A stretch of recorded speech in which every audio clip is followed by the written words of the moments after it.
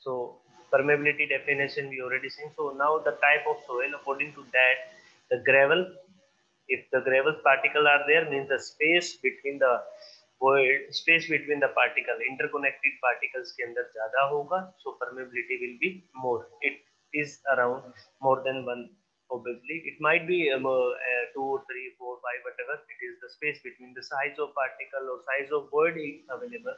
On that, your permeability is dependent.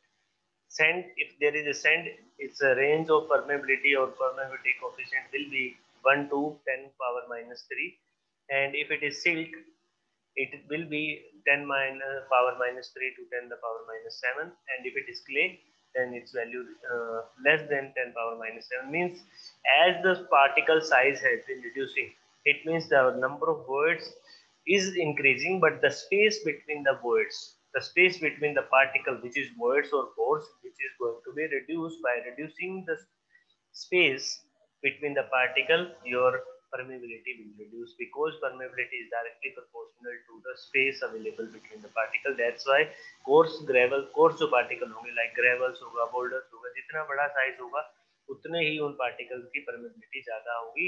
Ability to pass the water from the interconnected void is your permeability. So depending upon the size of particles, depending upon the space available between the particle, your permeability is defined here, or some range is available. So this is the what, or centimeter per second is your the unit of hydraulic conductivity or your permeability. So next, the Darcy law. What do you mean by Darcy, and how Darcy has given the equation for related to the permeability specifically? According to the law for laminar condition, first of all this Darcy law is only applicable for laminar flow. Means the flow should be in a line. There should not be any zigzag motion or any turbulented flow over there. Okay? So through a saturated soil mass. Saturated means the degree of saturation should be 1. In the case of Darcy law, it is only applicable when the laminar flow is there. There should be a saturated degree of saturation should be 1. Means the soil should be in two-phase system, that is water plus solid soil. Soil mass, the discharge velocity is directly proportional to the hydraulic gradient. What do you mean by discharge velocity? Basically is nothing but discharge by the area. Basically we know that discharge, from the continuity equation, discharge is equal to the velocity into area. And if we want to calculate discharge velocity, will be equal to the discharge by area of that medium, right? And V is the directly proportional to the hydraulic gradient, which is I. Directly proportional sign को हटाने के लिए यहाँ पे आ जाता है आपके पास constant, और that constant is K, which is called Darcy's constant, and will be equal to V is equal to Ki. This is the Darcy's law. Basically, Darcy law said to us, V, that is a discharge velocity, is directly proportional to the hydraulic gradient. Hydraulic gradient is nothing but it is the slope of this line. Basically, if you see here, this is a HGL, means hydraulic gradient line. K is the Darcy coefficient, and V is the discharge velocity. Here the water level is at some upper height, that is H1, from the center line of this specimen, or having a length of L. ठीक है, अब यहाँ से अगर पानी पास करेगा through this medium and reach up to some extent different height, so that difference of height divided by the length is nothing but that is your hydraulic gradient, or basically the slope of this line from A point to the B point or whatever it is. तो linearly जो slope आपका दिखाई दे रहा है इस line के ऊपर, dy by dx is nothing but your theta, which is equal to head loss divided by the length of that specimen or length of that medium. Head loss basically क्यों हो रहा है? बिकॉज एक medium से दूसरे medium की तरफ आपका जो वाटर का फ्लो हो रहा है, फ्लो होकर किसके बीच से रहा है? वॉइड्स के स्पेस से बीच में, और वॉइड के स्पेस पे से पानी का फ्लो होना हमें क्या रिलेट करेगा? हमें परमेबिलिटी रिलेट करेगा. तो velocity of flow is directly proportional to the head loss. Head loss is nothing but head loss per unit length, मतलब इतनी डिस्टेंस ट्रेवल करने के लिए उस फ्लूइड मीडियम को कितनी एनर्जी खर्च करनी पड़ी, तो वो आपको क्या बताएगा? हाइड्रोलिक ग्रेडियंट हमें बताएगा. कितना लॉस हुआ, यहाँ पे कुछ एनर्जी थी, उसको इतनी लेंथ को ट्रेवल करने के लिए जो लॉस हुआ वो क्या हुआ? H1 minus H2, which is nothing but HL. HL is equal to the difference of head means water level at available at A point or water level at 2 point, अगर वहां पे लेवल सेम होता है water का तो वहां पे कोई लॉस नहीं हुआ, हाइड्रोलिक ग्रेडियंट रिमेन्स। ये हमें पहली चीज हमें ध्यान में रखनी होगी, वाटर तभी फ्लो करेगा जब वहां पे हेड डिफरेंस होगा। अगर वहां पे हेड डिफरेंस नहीं होगा तो water will not flow over there. तो कहने का मतलब है कि जो चीज फ्लो तभी करेगी, एक साइड ऊपर होगा या दूसरी साइड लोअर होगा, तो then there will be a tendency of flow will happen. If they are on same level, there is no change of loss of the water. Basically, they remain same over there. That point. So basically, the loss which is happening, it means the energy loss of that fluid when it travels through that medium of a distance of L, which is equal to head loss by the length, is called hydraulic gradient. और hydraulic gradient is nothing but slope of this line. और ये हमारा ये बताएगा भी इतना loss हुआ energy में कितनी डिस्टेंस चल के, एल डिस्टेंस चल के। Clear it is clear to everyone? It is clear to everyone? Yes sir. ठीक है, तो ये चीज थोड़ी सी आपको यहाँ पे ध्यान रखनी। तो ये था हमारा dance. If soil is homogeneous, अगर होमोजीनियस है, what do you mean by homogeneous? homogeneous and isotropic is we already discussed many times, so I hope कि आप लोगों को पता होगा but do you mean homogeneous, and then hydraulic gradient will is constant. But if soil is non-homogeneous, then hydraulic gradient line will be curved and will not be constant. तो अगर constant नहीं हुआ, it means homogeneous medium नहीं हुआ, तो Darcy law will not be applicable. ठीक है, तो Darcy law will not be applicable in case of homogeneity is not available or homogeneous material is not available. So for to apply the Darcy law, we have a assumption material should be homogeneous and isotropic. Suppose let the area of that cross section, means the medium of the soil from their water is going to be flow. Fine, that area is A. Then discharge through the saturated soil mass. Discharge हमारा क्या होता है? Obviously velocity into area. Velocity is nothing but K into I. K is the coefficient of permeability, I is the hydraulic gradient, and A is the area of that medium. So Q is equal to KIA, which is nothing but V into A. Fine. Now, the assumption that we need to keep in your mind while you applying the Darcy law are basically assumptions are only required to make our calculation simplified. और simplification करने के लिए हम assume करते हैं कुछ चीजें और उसी को ही हम assumption के रूप में यहाँ देख रहे हैं, right? The soil mass is homogeneous. The mass is saturated soils. That should not be partially saturated. For applying the Darcy's law, the soil should be saturated. Means the degree of soil, that degree of saturation of the soil is 1. Means all the void should be filled up with the water. Fine. The flow through the soil is laminar. It means the Reynolds number. अब हमें ये चीज भी ध्यान होनी चाहिए. You may aware about the Reynolds number. You studied in fluid mechanics. There are different numbers, Mach number, Reynolds number, and all these things. Reynolds number let us know about if there are some range. If it is between these some values 2000 से नीचे होता है तो हम कह देते हैं, अगर ये 5 के अंदर होता है, if it is flow in 5, that is laminar. If it is 2000 to 3000 might be, it is transient flow. If it is more than 4000, it is your turbulent flow. Some range you already seen that. So according to that, the values are given here. The flow through the soil is laminar. It means the Reynolds number should be less than equal to 1. It is a different value for different mediums. Not every time you no need to cram it कि every time हर एक चीज के लिए value remain same रहेगी. ये medium change होता चला जाएगा, उसी तरीके से ये रेनॉल्ड नंबर की वैल्यू भी चेंज होती चली जाएगी. The flow through the soil is laminar. It means the Reynolds number should be equal to or less than 1. For laminar flow in open channel, if it is like canal or river, at that time open channel में अगर होगा तो Reynolds number should be less than 500. For laminar flow through pipe, in that case Reynolds number should be less than equal to 2000 for laminar flow. Okay, for laminar flow around spherical bodies like in soil medium. So we already assume that our medium of the soil is spherical particles. So RE should be less than equal to 1.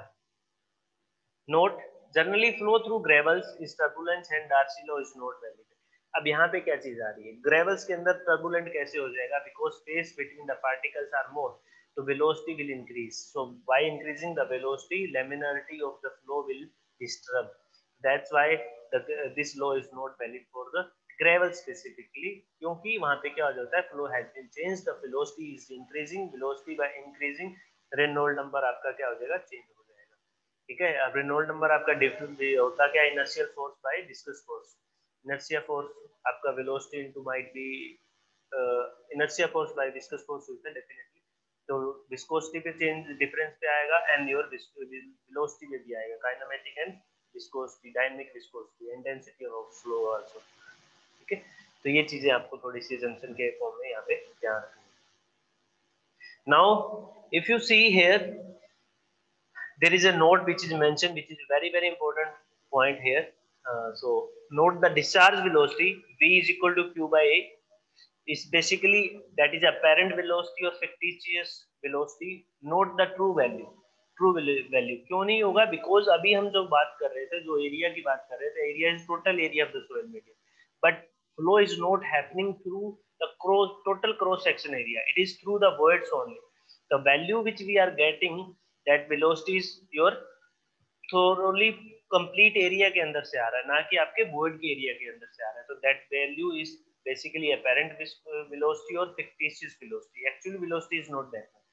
तो because flow occurs only through area of voids, क्योंकि पानी ने voids के अंदर से निकलना है, ना कि सॉलिड के पार्टिकल के अंदर से निकलना है, तो वॉइड्स का जो एरिया होगा that is the actual area from which your water is going to be flow. Fine, if the area of void is consider then actual velocity और ट्रू वेलोसिटी, उसको हम सीपेज वेलोसिटी भी कहते हैं, जो कि कंप्यूटेड की जा सकती है, which is equal to which will be happen more than the discharge velocity. Discharge velocity से ज्यादा निकल के आएगी, क्योंकि area of voids है that will be reduced compared to the total area of the soil. Fine, because total area of soil is nothing but that is area of solids plus area of voids. तो हमारा actually जो flow हो रहा है वो किसके अंदर से हो रहा है, that is due to the voids only, not through the solids also. So in that case area is going to be reduced, and area reduce होने की वजह से हमें पता है velocity is equal to q by a. area if reducing, velocity is increasing, vice versa. तो discharge velocity will equal to, और seepage velocity जिसको हम बोलते हैं, seepage velocity is the seepage होने का मतलब है कि जो वॉइड से पानी निकल के जाना, सीप होके निकलना, वॉइड्स के थ्रू से सीपेज होगी, तो VS is equal to Q by AV. Here AV is the area of voids, not the area total cross section area. It is clear to everyone. Seepage velocity हमारा क्या होगा, discharge by the area of voids, जो कि पानी जो words के अंदर से निकल रहा है उसका एरिया डिवाइड करना है आपको डिस्चार्ज के साथ. You will get the value of seepage velocity which is area of words. Clear? It is clear to everyone? Yes sir.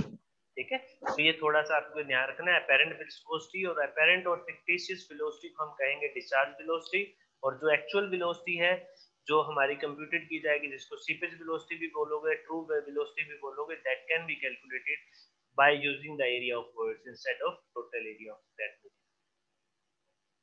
Okay. So if you see here, there is a relation between total velocity or basically discharge velocity to the seepage velocity. Q is equal to AV, area of that's complete. Basically, this is the total area. A into the velocity of seepage velocity, not the seepage velocity. It is a discharge velocity. Seepage velocity is represented by Vs. Q is equal to A into V, which will be definitely, जो ये आएगा उतना ही हमारा यहाँ पे क्या आएगा, approximately that will be equal to the area of voids into seepage velocity.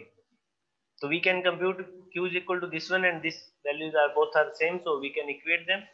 A into V, which is the area of total cross section area of specimen into the velocity of the specimen, is equal to AV, area of voids, into the seepage velocity.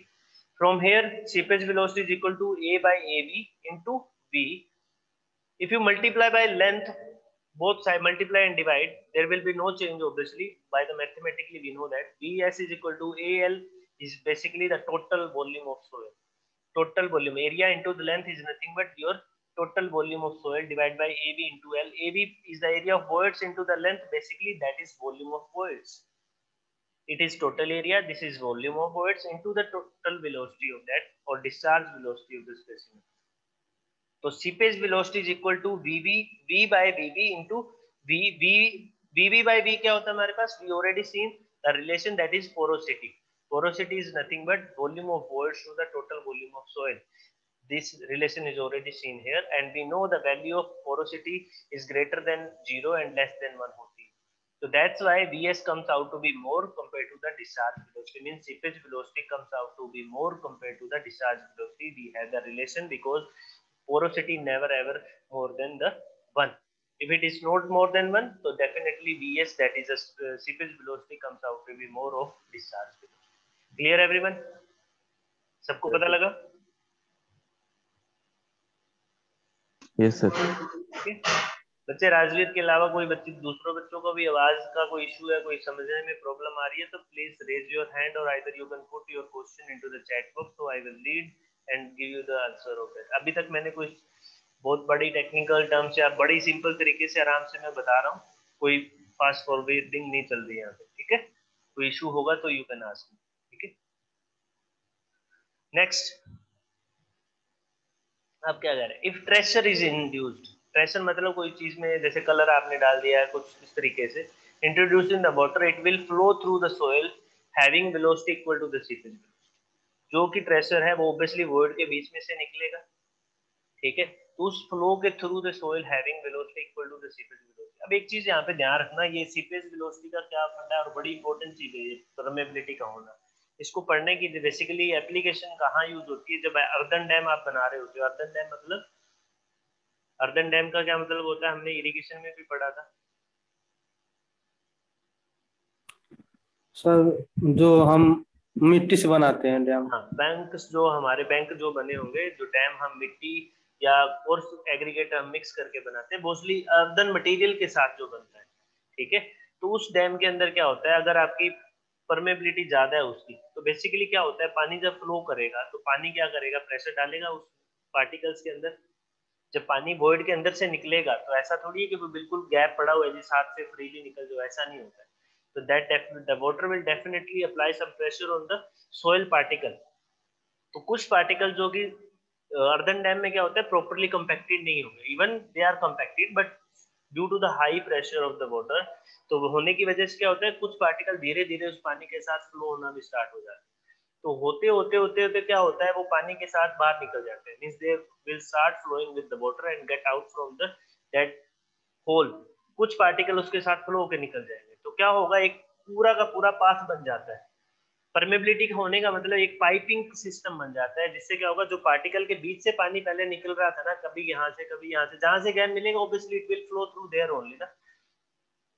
अब उस case में क्या होगा, अभी ये एक permeability का थोड़ा सा फंक्शन और देखो.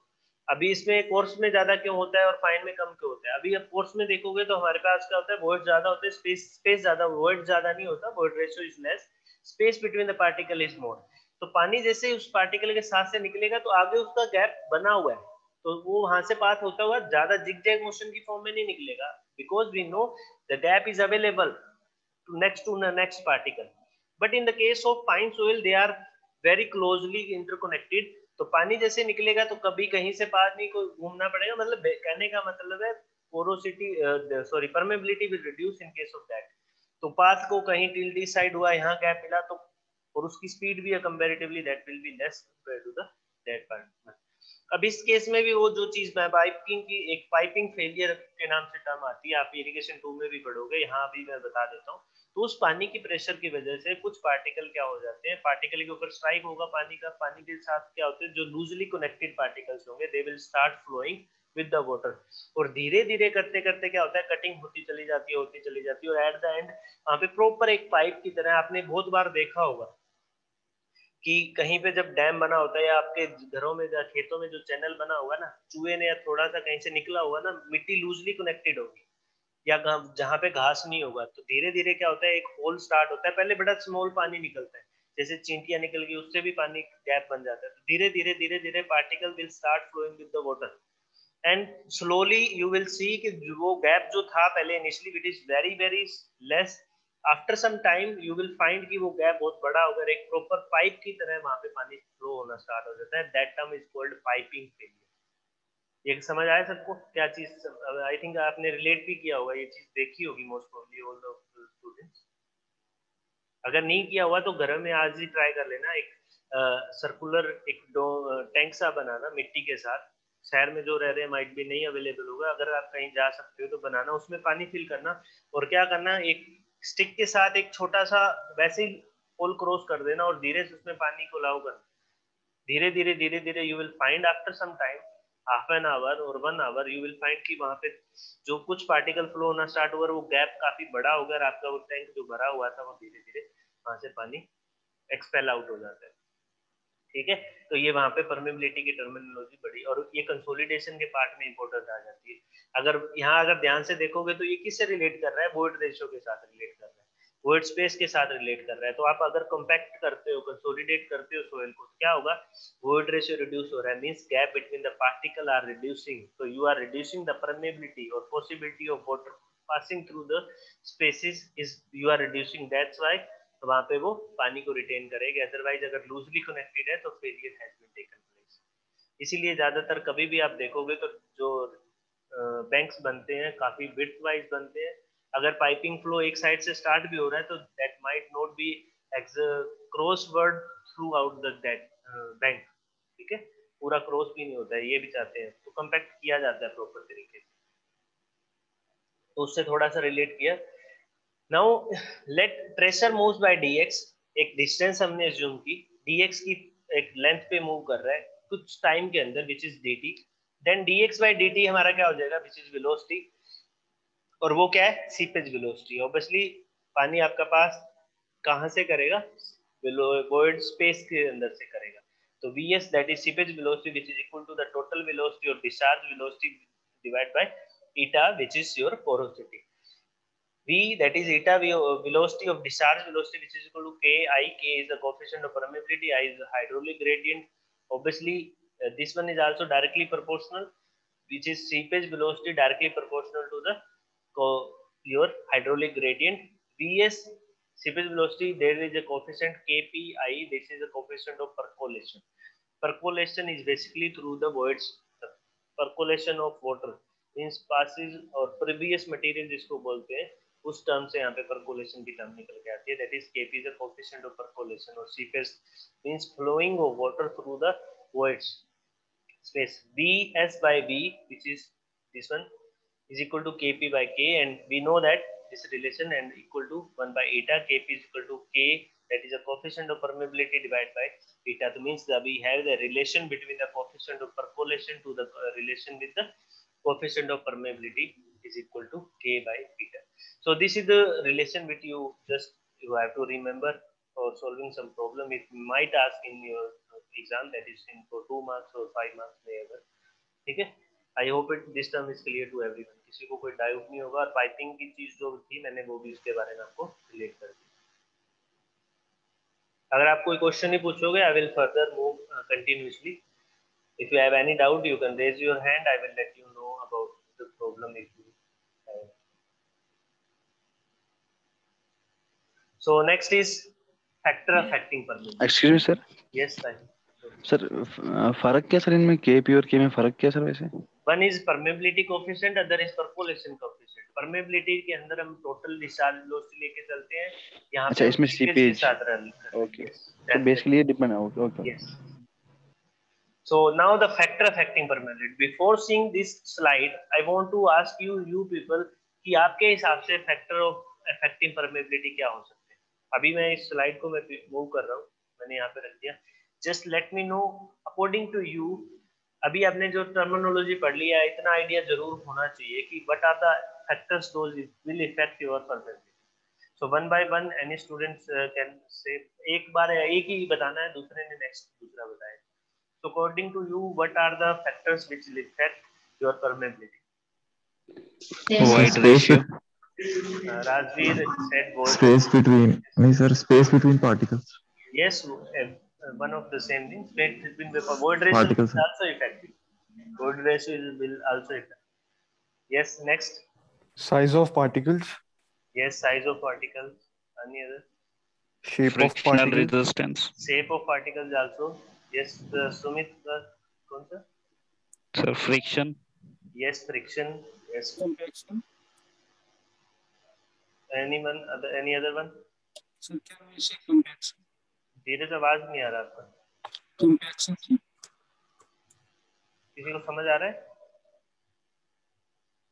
Might be compaction का कह रहे हो आप? Yes sir. Okay. Any other? degree of saturation. Degree of saturation, yes, very good. So most of all the students given their answers and most of them the right one. ठीक है, so let's see one by one and their impact. First किसी ने बताया था particle size. Yes, particle size पे depend करेगा. Particle size अभी हमने सबसे पहले यही बताया था, जो कि मैंने स्लाइड दिखाई थी जिसमें डिफरेंस परमेबिलिटीज बताई थी कि अगर ग्रेवल हुआ तो कितनी होगी, it is more than 1. if it is sand it is 1 to 10 power minus 3, and if it is silt it is 10 to minus 7 minus 3 to minus 7, and if it is clay it is less than minus 7, 10 to the power minus 7 obviously. So particle size is directly proportional to the d10. d10 का क्या होता है? This is the effective size of the soil particles. Effective size, ठीक है, of scale. If void ratio is same, means void ratio E value remains same for coarse and fine. In that case, coarse grained soil have more permeability than fine grained. तो यहाँ पे हम बात कर रहे हैं void ratio अगर same हुआ, तो अगर आपने कंपेयर करना है, one of the things we need to be same. Base same है में रखोगे तभी आप कंपेयर कर पाते हो. अगर एक चीज को सेम नहीं रखोगे तो यहाँ पे दोनों चीजें इफेक्ट करेगी. तो अगर void ratio दोनों में सेम है, आफ्टर कैलकुलेटिंग आपने void ratio सेम कैसे कर सकते हो? एक को कंपेक्ट कर दो, एक को ना करो, तो ultimately you will reach up to some extent की जहाँ पे void ratio सेम आ जाएंगे. अब if void ratio is same, then coarse grained soil have more permeability than fine grained soil, because we know that K is directly proportional to the effective size or square of the effective size particles. जितना बड़ा particle होगा उतने ही ज्यादा उसमें space होगा, ना कि void ratio ज्यादा होगा. permeability स्पेस पे डिपेंड कर रही है, नंबर ऑफ void ratio पे भी डिपेंड करेगी, बट यहाँ पे मैं स्पेस की बात कर रहा हूँ बिकॉज void ratio सेम है दोनों के केस के अंदर. अब यहाँ पे ज्यादा होने का रीजन क्या है? Space between the particle is more. Size of particle ज्यादा हुआ तो स्पेस भी ज्यादा हो गया. इस वजह से आपके के जो ग्रेवल की परमेबिलिटी होगी वो ज्यादा होगी सैंड से, सैंड की ज्यादा होगी सिल्ट से, और सिल्ट से ज्यादा होगी क्ले की. क्ले को ऑलमोस्ट हम इम्परवियस मानते हैं. एक टर्म होती है परवियस, एक होती है इम्परवियस. परवियस जो अलाउ करती है और इम्परवियस जो अलाउ नहीं करती. ठीक है, अब आपने ये इसके बारे में एक्वाटार्ड पढ़ा था, एक्वाफर पढ़ा था, ये सारी टर्म ऑलरेडी हमने इरिगेशन में पढ़ा हुआ था, और वहां पे परमेबिलिटी का और परवियस और इम्परवियस की टर्म्स को हमने बड़े डिटेल में देखा था. ठीक है, अब वोइड रेशियो के साथ K directly proportional to the E cube 1/E. तो कहने का मतलब है K1 by K2 means different values. अगर हम बात करें एक स्पेसिमेन, यहाँ पे दो स्पेसिमेन लेके चलो जिसकी एक K1 है या K2 है, तो that will be equal to E1 by E2. ये रिलेशन आपको स्टेट ऑन थोड़े से याद रख लीजिएगा, अदरवाइज इसमें कोई लॉजिकल या इंपेरिकल वैल्यूज है डायरेक्टली निकाली हुई है, और कहाँ से आया कैसे आया, that is the different part, that is not our part basically. तो K is directly proportional to the E cube by 1 plus E. अब यहाँ पे void ratio, if particle size is same, here we are having the void ratio same and comparing the particle size. Here the particle size is same, then K is more for loose soil than the dense soil. अब loose और dense में होने का मतलब क्या है? void ratio is changing. अगर वो loose हुआ तो void ratio क्या होगा? ज्यादा होगा कम होगा? If it is soil is loose, in that case void ratio will be more or less? less. How less? अगर लूज हुआ तो ज्यादा होता है void ratio, कम नहीं होता. नहीं, वो स्पेस ज्यादा होगा ना सर, उस टाइम पे परमेबिलिटी स्पेस ज्यादा नहीं होगा. बच्चे, स्पेस और void ratio के अंदर फर्क है, वही तो कह रहा हूँ ना. यहाँ पे पार्टिकल साइज की बात नहीं कर रहा हूँ, लूज सोइल के अंदर भी void ratio ज्यादा होगा. क्यों होगा? देखो, वॉल्यूम ऑफ voids किस पे डिपेंड कर, टोटल वॉल्यूम क्या होता है? Volume of voids plus volume of solid. Volume of solid remain constant. ठीक है, तो वॉल्यूम ज्यादा होगा तो कहने का मतलब है लूज सोइल के अंदर voids क्या होंगे? ज्यादा होंगे. क्यों होंगे ज्यादा? क्योंकि voids किससे फिल होंगे? Volume of water plus volume of air से फिल होगा. ठीक है, वॉल्यूम ऑफ लूज सोइल में क्या होता है? ये सारे होते हैं. अगर कंपैक्ट कर दिया तो आपने क्या कर रहे हो? वॉल्यूम ऑफ voids रिड्यूस कर रहे हो ना. जी सर. तो वॉल्यूम ऑफ void रिड्यूस करने का E डायरेक्टली प्रोपोर्शनल क्या होता है? Volume of void to the volume of solid होता है रिलेशन. ठीक है sir. Volume of void is reducing, it means the void ratio is reducing na. V E is equal to Yes, VV yes, by yes. VS. If Yes, sir. VV is reducing, obviously E is also reducing. तो dense soil में होने की वजह से आप क्या कर रहे हो? You are reducing the volume of voids, which is directly proportional to the void ratio. तो कहने का मतलब वो void आप reduce कर रहे हो. ठीक है. Next, particle shape. The effect of size and shape is expressed in terms of specific surface area, which is nothing but surface per unit volume. Surface area क्या होगा स्फीयर का, ये होता है pi R square, sorry 4 pi R square, and volume is 4/3 pi R square. अगर इन दोनों को रिलेट करते हैं 3/r 6/d means it is inversely proportional to the specific surface area और square of specific surface area. ठीक है, अब specific surface area is nothing but surface area of that particle to the unit volume.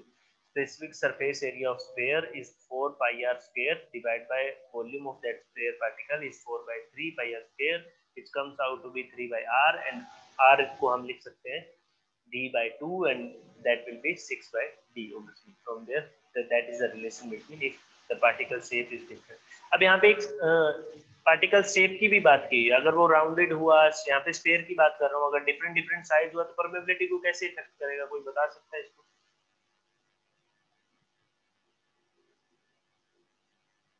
Anyone? अगर कोई shape में difference हुआ? Yes yes. Actually sir shape क्या होता है सर, वो है ना सर, वो अगर मतलब राउंडेड या एंगुलर होगा तो वो बॉन्डिंग पे होता है, अगर एंगुलर होगा तो बॉन्डिंग अच्छी होती है, तो ऑब्वियसली स्पेस ज्यादा तो बीच में कहने का होगी नहीं। मतलब है जितने अगर यूनिफॉर्मली ग्रेडेड पार्टिकल हुआ तो परमेबिलिटी क्या होगी, ज्यादा होगी। डिफरेंट परमेबिलिटी ज्यादा वेल होगी ग्रेडेड मतलब डिफरेंट डिफरेंट साइज के हुए तो locking has been increase, bonding जी। Between the particle increase, bond बढ़ने की वजह से क्या होगा, गैप रिड्यूस हो जाएगा, गैप रिड्यूस होने की वजह से परमेबिलिटी क्या हो जाएगी, reduce। कम। ठीक है, ये चीज। तो degree of saturation, the presence of void create air lock and reduce the volume of velocity of the flow. अब वेलोसिटी ऑफ फ्लो रिड्यूस होगी तो k क्या होगा, ऑटोमेटिकली आपका रिड्यूस होगा। v इज इक्वल टू क्या आता है, ki, और v k हमारा डायरेक्टली प्रोपोर्शनल क्या होगा, वेलोसिटी होगा, k इज इक्वल टू क्या होगा, v/i। ठीक है, तो अगर प्रेजेंस ऑफ वॉइड्स होता है, पार्शियली सैचुरेटेड सॉइल होती है तो वो लॉक हो जाती है, एयर अंदर आपके वॉइड्स के अंदर वहां पे लॉक कर देती है और हमारी वॉइड को रिड्यूस कर देती है। अगर पानी गीला है, गीले में से पानी को आगे फ्लो करना है, सैचुरेटेड है तो वो इजीली फ्लो करेगा compare to it is dry. First पहले वो वेट होगी, वेट होने के बाद that will start flowing, means पहले एयर के वॉइड्स को रिप्लेस करेगा वाटर वॉइड, और उसके बाद में वहां पे वो स्टार्ट होगा। तो डिग्री ऑफ सैचुरेशन अगर कम हुई मींस पार्शियली सैचुरेटेड हुआ तो परमेबिलिटी विल रिड्यूस, क्योंकि वहां पे एयर है वो वॉइड्स के अंदर है, वो क्रिएट है, वो लॉक हो जाती है, due to that velocity is reduce. Velocity reduce होगी तो हमारा क्या होगा, परमेबिलिटी रिड्यूस होगा, because we know that permeability is equal to v/i। K is less in partial saturated soil and increase with the degree of saturation increases। जैसे जैसे गीली है मिट्टी या गीली सोइल होने का मतलब means volume of voids water is increasing, in that case permeability will also increase। अब आता है next, impurities present in water। अगर impurities होती है तब क्या होगा, due to the presence of entrapped gases or due to organic and inorganic impurities void are blocked। हमारा जो स्पेस होता है, ये एक तरीके से आप सिंपल सी चीज देख सकते हो, आपके घरों में जाली होगी, वॉशरूम में आप जाते हो, सबके बाथरूम होते हैं, वहां पे एक जाली लगी होती है पानी को, हम क्या करते हैं उसमें बेसिकली हम चाहते हैं कि उस पाइप के अंदर, डक्ट के अंदर हमारा हेयर्स होते हैं या कोई पाउचेस हो गए या कुछ भी है, that is stuck on that जाली ऑब्वियसली। तो वो पॉइंट्स जो स्पेस बने होते हैं, जो जाली के अंदर गैप होता है वो उसके अंदर फंस जाता है, तो बेसिकली क्या करता है, पानी को अलाउ नहीं करता है, पानी क्या हो जाता है कुछ टाइम तक वहां पे स्टैंड रहेगा, उसके बाद धीरे धीरे वो पास होना स्टार्ट हो जाता है। तो basically what you are doing, you are blocking the voids, you are blocking the space which is available, जो कि अलाउ करता है पानी को वहां से निकलने के लिए। वो ब्लॉक किसकी वजह से हो रहा है, एंट्रैप्ड गैसेस की वजह से। हमारे केस में नहीं होता, अब मैं जिसका एग्जांपल दे रहा था वहां पे ऑर्गेनिक हो सकता है, मिट्टी हो सकती है, इनऑर्गेनिक इंपोर्टेंस लीव्स हो सकते हैं, वेजिटेबल्स हो सकती हैं, तो वो हमारे सॉइल के क्या कर देते हैं, गैप को ब्लॉक कर देते हैं। उसकी वजह से ब्लॉक हो जाना मतलब जो पाथ बना हुआ था पानी के लिए निकलने का वो आपने रोक दिया है, उससे रुकने से क्या होगा, जो हमारा फ्लो है वो रुक जाएगा और इस वजह से हमारी परमेबिलिटी क्या हो जाएगी, रिड्यूस। स्ट्रक्चर ऑफ सॉइल, अब इसमें क्या फर्क है, स्ट्रक्चर मतलब arrangement of structure of soil किस तरीके से है, वो किस तरीके से लेयर है, स्ट्रैटिफाइड है, अनस्ट्रैटिफाइड सॉइल है, तो ये चीजें हमने ऑलरेडी देख चुके हैं। तो stratified means layer structure, like आपकी सेडिमेंट्री रॉक्स होती है। If soil is layered or stratified, then K is more in the direction of parallel to the bedding, like this one। अगर इस तरीके से soil आपकी लेयर की फॉर्म में है तो इस डायरेक्शन की कंपैरेटिवली इस डायरेक्शन में flow through the line of that bedding means parallel to that bedding is more, permeability क्या होगी उस डायरेक्शन में ज्यादा होगी compare to the perpendicular to the that direction. तो कहने का मतलब है पैरेलल ऑफ दैट बेडिंग, ये अगर इस तरीके से बेड आप लगा रहे हो तो बीच के अंदर से जो गैप बना होगा फ्लो, उसके अंदर से आपका पानी की टेंडेंसी है, परमेबिलिटी होगी वो ज्यादा होगी compare to the perpendicular of that direction. ठीक है, अब आते हैं प्रॉपर्टीज ऑफ वाटर और फ्लूइड। इसका क्या मतलब है? It means property of fluid मतलब हम विस्कोसिटी की बात कर रहे हो यहाँ पे। Basically permeability is gamma W by mu होता है। ठीक है, gamma W is the unit weight of water to the density viscosity of that fluid, dynamic viscosity of the fluid. It means permeability depend upon temperature also, K directly proportional to the temperature. क्यों होगा? क्योंकि जो viscosity है वो temperature बढ़ने से fluid की, not the gases, fluid की डेंस विस्कोसिटी क्या होती है with the increasing of the temperature? क्या इंपैक्ट होता है? By increasing the temperature, viscosity will increase or decrease of a liquid, not the gases. I'm talking about the fluid or water कर लो, suppose करते हैं. Increase. Decrease. By increasing the temperature, viscosity will decrease, not the increase. Viscosity आपकी decrease करती है पानी की, gases की बढ़ती है, क्योंकि जो पानी की विस्कोसिटी होती है किसकी वजह से होती है? वो कोहेसिव फोर्स की वजह से होती है, intermolecular force between the particle, उसकी वजह से होती है।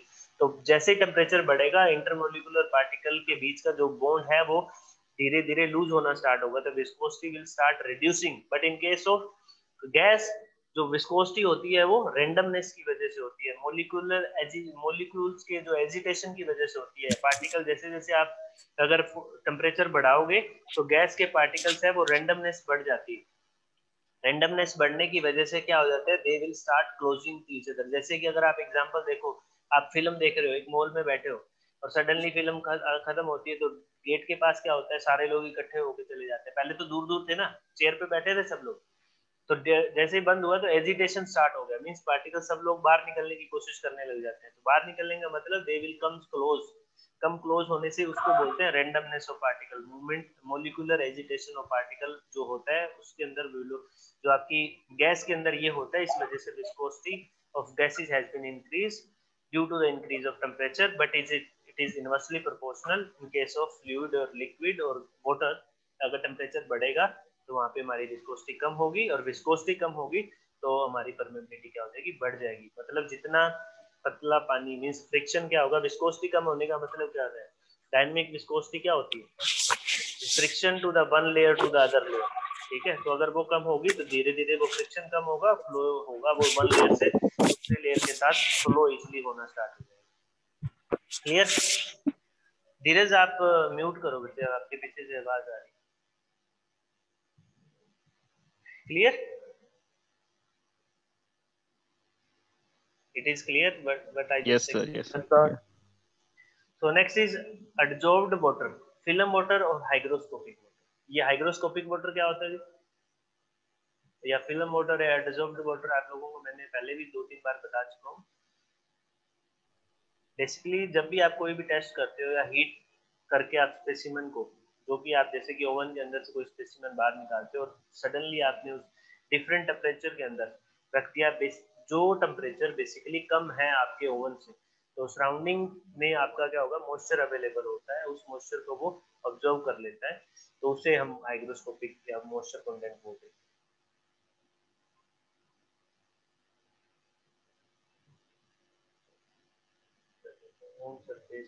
Yes, degree of saturation.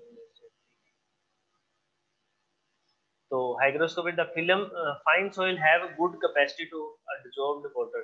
Surface ज़्यादा होगा, absorbed water is strongly attached to the soil, which offers more viscosity. Hence K, जो कि आपका क्या होगा? विस्कोसिटी बढ़ा देगा, और हमने अभी देखा है कि विस्कोसिटी बढ़ेगी तो परमेबिलिटी क्या होगी? रिड्यूस होगी। तो K is more for distilled water and less for sea water, because sea water की विस्कोसिटी ज़्यादा होती है compared to the distilled water। तो ये हमें उसके हिसाब से वहाँ पे रिलेट करना है। अब आते हैं हम परमेबिलिटी को या हाइड्रोलिक कंडक्टिविटी को फाइंड कैसे कर सकते हैं, निकाल कैसे सकते हैं। अभी तक हम बात कर रहे थे परमेबिलिटी होती क्या है, उसकी डेफिनेशन देखी, डार्सीज लॉ देखा, उस टर्मिनोलॉजी देखी, and what are the factors those are going to effect your permeability, उसके बारे में देखा। Now the methods to determine the permeability, how you will find permeability. So there are 2 or 3 ways to find the permeability. One is laboratory method, other is empirical method, other is field method. So there are always 3 ways to calculate anything, whatever it is. तो first जो laboratory में हम करते हैं, दूसरा हम empirical value theoretically जो direct formula based values होती है उसको निकाल सकते हैं, and third is your field method according that we can calculate the value of permeability. So in your syllabus only the laboratory methods are given, but for sake of your knowledge or for my requirement, I just bring theoretical as well as the laboratory methods. The laboratory is also mentioned only 2 methods. I bring 3 methods. तो one by one हम देखते हैं क्या होता है. Constant head permeability test suitable for coarse grain soil. ये इस पे बहुत बार क्वेश्चन आज तक पूछे भी गए हैं इन योर एसएससी एग्जाम्स और junior engineering exams. Directly they ask constant head permeability method is used for which type of soil. It is coarse soil, fine soil, clay soil, or whatever it is. So they put directly the question related to this. Constant head permeability test suitable for coarse grain soil means the size of particles which are more than 4.75 micron. And falling head permeability variable head जिसको हम suitable for fine soil. ठीक है. On her surface K is less in sea water, how can I relate? Rakesh basically the density के हिसाब से बात कर रहे हैं, viscosity की बात कर रहा हूँ, viscosity of distilled water and viscosity of sea water, compare them and you will get your answer. K is more for distilled water and less for sea water. Why so? Because the viscosity has been changed of sea and your distilled water. That's why the K is different. Okay, sir. Okay, see the relation viscosity of sea water and the viscosity of distilled water. अगर ये K की बात अगर यहाँ पे honey के साथ भी करूँ मैं, K is less in honey compared to the other, तो वो यहाँ पे impurity की भी बात की जा सकती है. Salt के अंदर अगर availability है उसके वही soluble salt होता है ना sea yes, water में. that's why viscosity is increased of sea water इसलिए distilled water के मामले में ज़्यादा नहीं. ठीक है. So these are the 3 methods according to that laboratory के अंदर जो हम सारे टेस्ट परफॉर्म करते हैं to get the hydraulic conductivity or coefficient of permeability. Let's see one by one and try to understand. So again then we have direct indirect method जिसको empirical equation भी बोली जाती है. Mathematically empirical equation permeability can be computed by relative soil properties and permeability. कुछ properties को relate करके और permeability के साथ यहाँ पे relation find करके some of the scientists have given some equations and according to that directly you can find the values. So relation I bring it is not given in your syllabus. You might see these notes. Question may ask in 2 marks, so you should see this. Koszne-Kármán equation, first one is given by the Lorentz equations, Allen-Hazen equation, Tarjagi's equation, consolidation equation. These are the different equation is given by different scientists, and one is consolidation equation. So according to that we can get the permeability or directly by using the empirical relation which is given in your equation or relation. Right. Next is field method, that is pumping out test. It is suitable when area of influence is large. Area of influence क्या होता है ये हमने irrigation engineering में आपको मैंने बताया था. और कौन सी थ्योरीज को पढ़ा था हमने, ड्यूपिट और थीम्स थ्योरी के बेस पे मैंने आपको ये इसका रिलेशन भी दिया था. 2.303 log something values was there. We already find these relations by performing the pumping out while we perform the yielding of tubes. In the chapter we already seen this. Pumping in test, these are suitable when the area of influence is small or less, includes the open end test and Packer's test जिसको हम बोलते रहते हैं. तो ये हमारे field के method है, सिलेबस में नहीं है. I did not bring this because otherwise syllabus will not be covered. ठीक है. अदरवाइज हमने इस दोनों चीजों को हमने पिछली आपके 5th सेमेस्टर में इरिगेशन इंजीनियरिंग के अंदर पढ़ चुके हैं. You can follow those notes to see. So first, let's see constant head permeability test. So basically in constant head permeability is a very simple test. So there is a H1 that first specimen that water is filled over there. This is a specimen from which the soil water is going to be passed through it and reach to some other extent. There is a head is H1, there is a head is H2, and this water is flowing through and we are recording into the graduated vessel.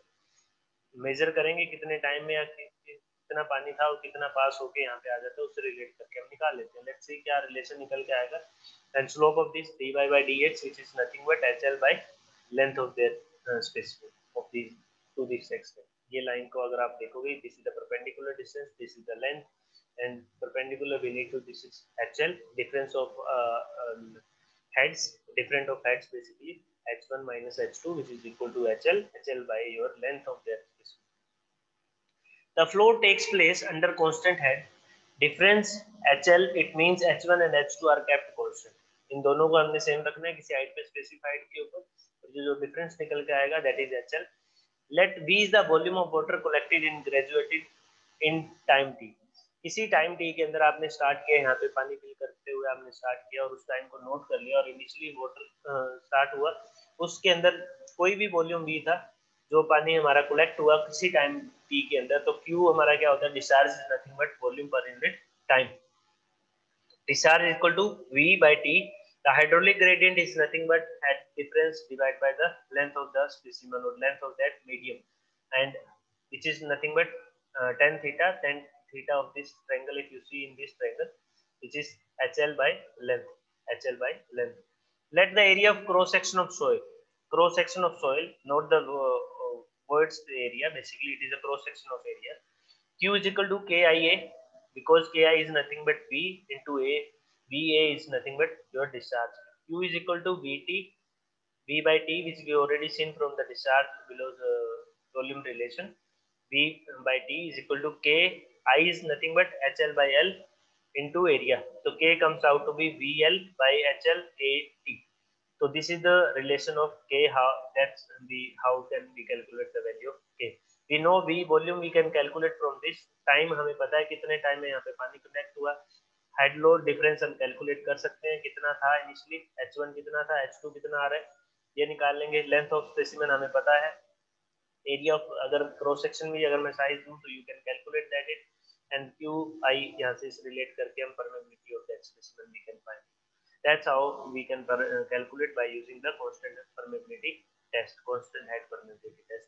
तो ये बड़ा simple सा test है, आराम से आप लोग perform भी, अगर लेबोरेटरी में obviously physical classes not going here तो won't able to perform by hand. ठीक है, तो अदरवाइज आई विल ट्राई कि आपको मैं वीडियो लेक्चर शेयर करूं तो how to perform constant head permeability test, so you will see in a better understanding, practically work to check the permeability or to calculate the permeability by using constant head permeability test. ठीक है. Next is falling head or variable head permeability. Constant falling head मतलब पानी आपका धीरे धीरे कम होता चला जाएगा, और वेरिएबल हेड मतलब धीरे धीरे. constant falling head और वेरिएबल हेड का मतलब है वेरी करेगा. ठीक है, तो ये आपका स्पेसिमेन है. Area of soil A, length of specimen और medium is L. Initially we have height of water is H1 and after some time head loss due to the head loss, और obviously water is changing, तो यहाँ पे change आया तो which is comes out to be H2, और यहाँ पे हमारा कलेक्टेड वेसल है जिसमें हमने वॉल्यूम नोट करना है कितना हुआ, और कोई भी बीच का कोई स्पेसिमेन BH हाइट पे हमने मेजर किया, और रैंडम हाइट के ऊपर बिटवीन H1 एंड H2 पे हम एनालिसिस करेंगे और क्या वैल्यू निकल के आती है परमेबिलिटी की, उसके ऊपर स्टडी करते हैं. अच्छे, area of pipe is A here. ये area A capital is the area of that medium, A small a is the area of that pipe. let at the beginning of the test, just before start, that had the difference between upstream and the downstream level is H1. जो हमारा before starting, ये जो मेरी height है, पहले test जैसे start हुआ beginning के ऊपर मेरा हेड डिफरेंस क्या था इन दोनों के बीच में, that is H1. After completion of test that is H2. Head difference हमारा क्या आ रहा है आफ्टर टी टाइम, और मे बी कंप्लीट और not, after T time some time के बाद में मेरा हेड डिफरेंस निकल के आया, that is H2. Initially before starting the test at the beginning head was H1, had the difference between the two pipes is H1. और ये मैंने पहले भी बता दिया है, अगर हेड डिफरेंस नहीं होगा तो flow of water will not take place. That's why आपने दोनों में देखा होगा हेड डिफरेंस दिया हुआ है, तभी पानी हाइट से नीचे की तरफ फ्लो करेगा, अदरवाइज नहीं करेगा. अगर ये दोनों आपने सेम कर दिया तो कांस्टेंट मेंटेन रहेगा, कुछ भी चेंज नहीं आएगा वहाँ पे, परमेबिलिटी का कोई पार्ट बनेगा नहीं. इसीलिए आपको यहाँ पे ये रिलेशन दिख रहा है. भी एक कुछ क्वेश्चन पूछ सकते थे बच्चे कि क्यों इसको नीचे रखा हुआ है, क्या इसको ऊपर रखा है। बेसिकली हम चाहते हैं कि पानी फ्लो होके जाए और उस फ्लो ही को तो हमने चेक करना है, उस वॉइड पे से किस हिसाब से परमेबिलिटी पे हमें डिसाइड करके बता देगा कितना पानी निकल रहा है। अगर ये सीधा विदाउट मीडियम होगा तो आप कंपेयर भी कर सकते हो, इस पानी मीडियम को हटा के आप सीधा पानी को फ्लो कर दो जिसमें कोई गैप ना हो, डायरेक्ट एक टैंक टाइप बनाइए और आप यू विल फाइंड कि क्या डिफरेंस आ रहा है, वॉइड हुआ तो क्या डिफरेंस आएगा। And same time should be remain same at that moment. अगर टाइम आप अलग अलग कर दोगे इन दैट केस तो वो obviously comes out to be same. ठीक है, तो अगर पानी को फ्लो करवाना है तो there should be a difference of head, means दोनों लिम्स के अंदर डिफरेंस होना होगा तभी वहां पे फ्लो की टेंडेंसी बनेगी, अदरवाइज नहीं बनेगी। ठीक है, तो H1 is after t time difference become H2 let at any intermediate stage, मतलब बीच में कहीं पे H1 और H2 के बीच में stage head differences comes out to be H किसी भी टाइम t पे which falls by DH। हमने माना कि किसी की बीच की वैल्यू अगर मैं मान लूं जहाँ पे H1 और H2 के बीच की रेंज आ रही है, जो कि ये वाली की बात कर रहे हैं हम अभी, कहीं पे कि जो चेंज आ रहा है हेड के अंदर वो DH के अंदर आ रहा है। ठीक है, और कितने टाइम के बाद में, किसी dt टाइम के अंदर मेरा हेड जो फॉल कर रहा है वो कितना कर रहा है, dh कर रहा है। Since hydraulic gradient changes with the time, obviously hydraulic gradient क्या होता है, head loss divide by the length, head loss हो रहा है with respect to the time, तो hydraulic gradient is also changes will change. तो हमारा डिस्चार्ज भी क्या होगा, चेंज होगा। तो डिस्चार्ज हमारा क्या होता है v into a और v हमारा क्या होता है k into i, और i चेंज हो रहा है तो ऑब्वियसली हमारा डिस्चार्ज भी चेंज होगा।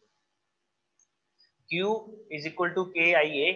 KIA is basically H by L. Head difference, H is head difference at any intermediate time and discharge is Q. H है वो किसी भी intermediate time के अंदर जो मेरा head loss हो रहा है या head difference आ रहा है किसी भी टाइम dt के अंदर, और मेरा discharge is Q।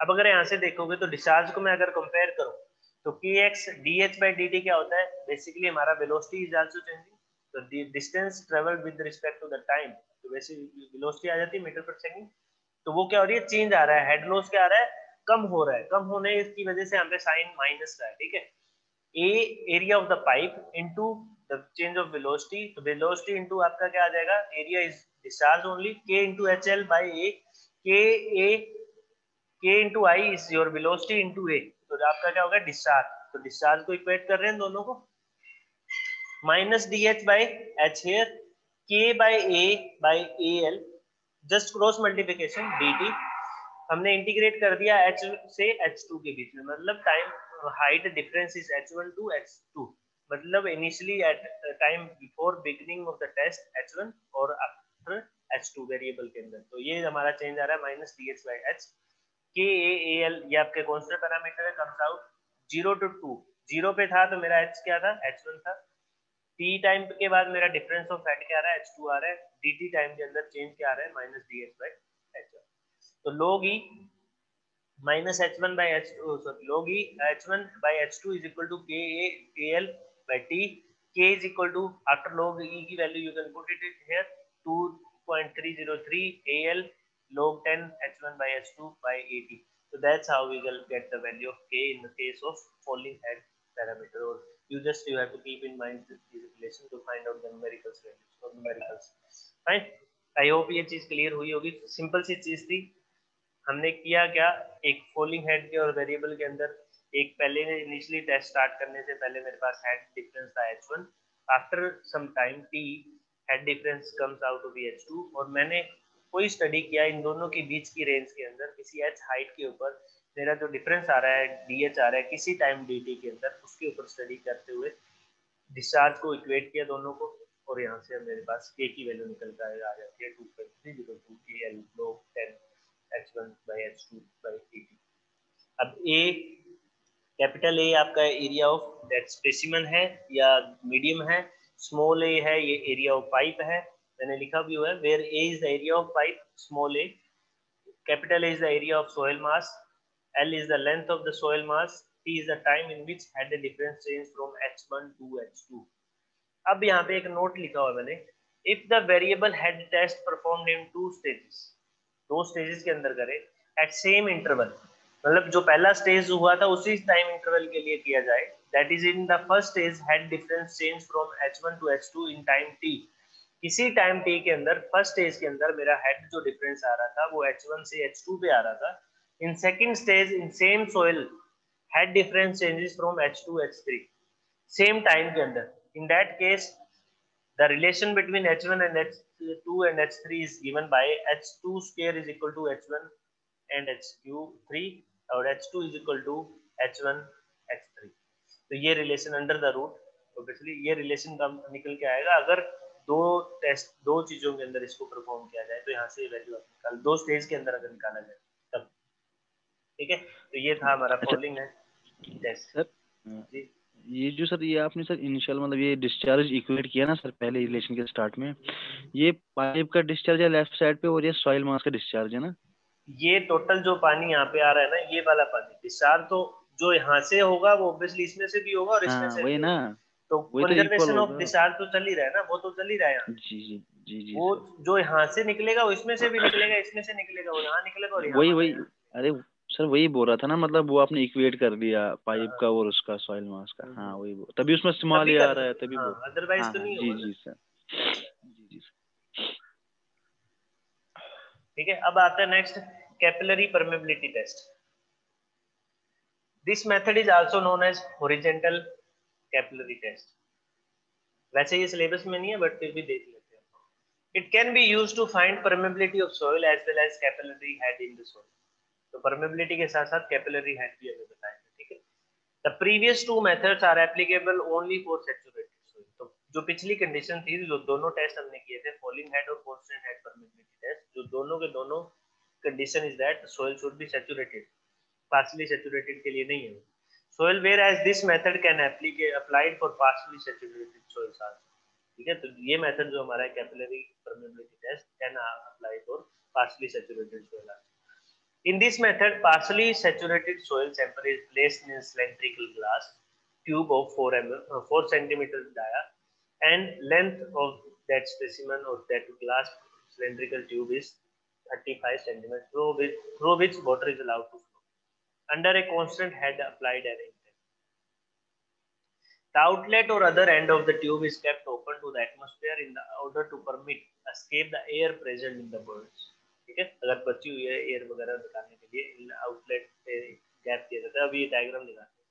The test is performed in 2 stages at constant head H01 and H02, and the distance of travel of water is noted in both the stages. Distance हम travel दोनों में देखेंगे कि H0 difference आ रहा है तो कितना डिस्टेंस ट्रेवल किया, H2 अगर हो रहा है तो कितनी डिस्टेंस ट्रेवल की. ठीक है, लेट्स सी द डायग्राम. तो ये हमारे पास ये जो स्पेस मोटर है यहाँ पे दो हमने एक तरीके से टैंक बनाया है. ये मेरा सोइल का स्पेसिमेन है और यहाँ पे एयर वेंट लगा हुआ है जो कि ओपन टू द एटमॉस्फेयर है, जो कि यहाँ पे एयर का होगा वो हम कलेक्ट करते हैं. तो हमारे पास जो मोटर यहाँ पे एक टैंक है जिसमें वाटर कलेक्ट है, इसकी हाइट है जो हेड है दैट इज H01 है. ठीक है, दूसरा है जो हमारा H02 है और जो ए और बी पॉइंट के बीच में एक आपके यहाँ पे पाइप भी लगी हुई है. ठीक है, जिसको हम फिर से जो हमारी सीपेज वेलोसिटी को चेक करने के लिए, सॉरी सीपेज का ये कैपिलरिटी को चेक करने के लिए HC इज देयर हाइट. ये ए और बी पॉइंट के बीच में जो डिस्टेंस है दैट इज x, तो सेंटर के अप्रोक्सीमेटली दैट इज x1, और दूसरे कहीं मीडियम के सेंटर से कुछ आगे जाके that is x2. t is equal to t1 when x is equal to x1, t is equal to t2 when x is equal to x2. तो अभी इसका सारा सिस्टम चेक करते हैं क्या है. Actual velocity of flow of water is seepage velocity. ये हम लोग ऑलरेडी देख चुके हैं. जो कि एक्चुअली होने वाली है वो सीपेज वेलोसिटी होगी, ना कि आपकी डिस्चार्ज वेलोसिटी होगी. ठीक है, for saturated soil seepage velocity हमने अभी जस्ट फाइंड आउट किया था. Seepage velocity is equal to dx/dt which is equal to discharge velocity divide by porosity. ठीक है, ये हमने पीछे अभी देख चुके हैं, discharge velocity by porosity.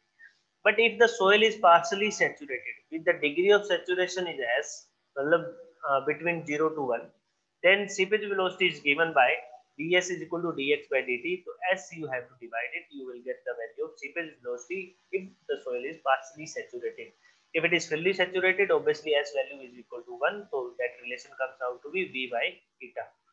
So if the seepage velocity is equal to, if the soil is partially saturated, in that case discharge velocity divided by your degree of saturation into eta, that is porosity. The head available at inlet of the soil at A initially कितना था, H naught था. At the head available at B, that is minus HA, because soil in the capillary action also. यहाँ पे अगर आप देखोगे B के अंदर यहाँ पे मेरे पास capillary action के लिए यहाँ पे लगा तो difference of head node जो आ रहा है वो कितना आ रहा है, वो आ रहा है मेरा HC. ठीक है.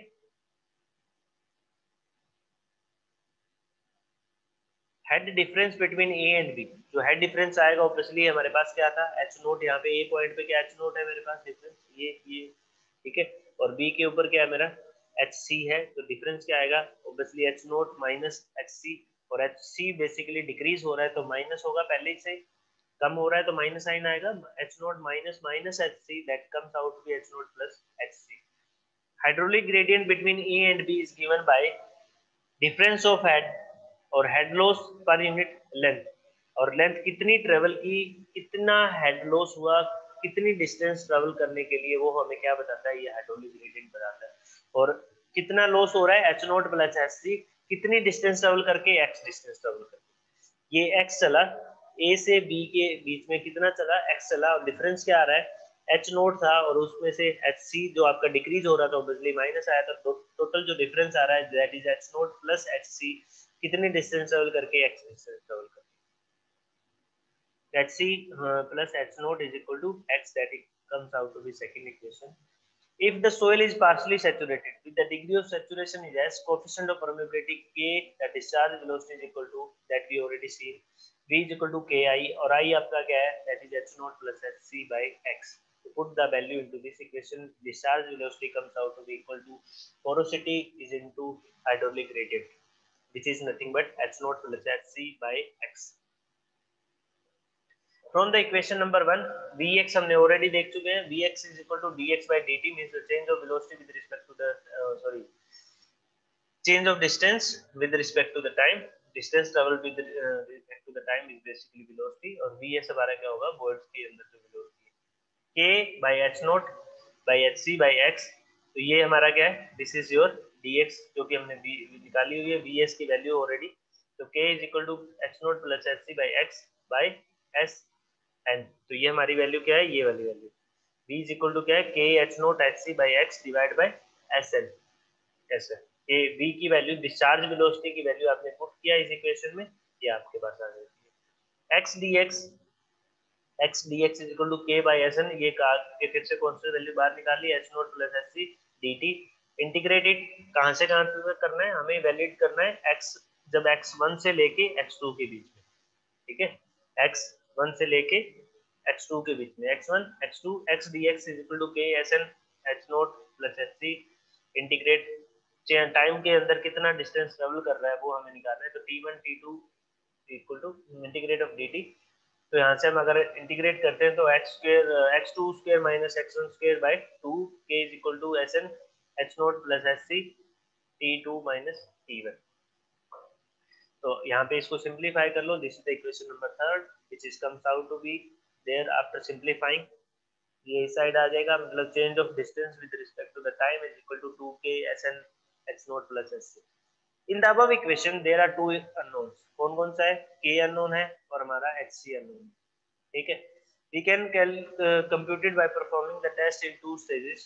पहली स्टेज में अगर बात करोगे तो क्या आ जाएगा, in the first stage the flow is permitted under the head loss of h naught. यहाँ पे हमारा नोट, ये h नोट लिखा हुआ है, यहाँ पे h नोट 1 आ जाएगा, दूसरे के अंदर क्या आ जाएगा, h नोट 2 आ जाएगा.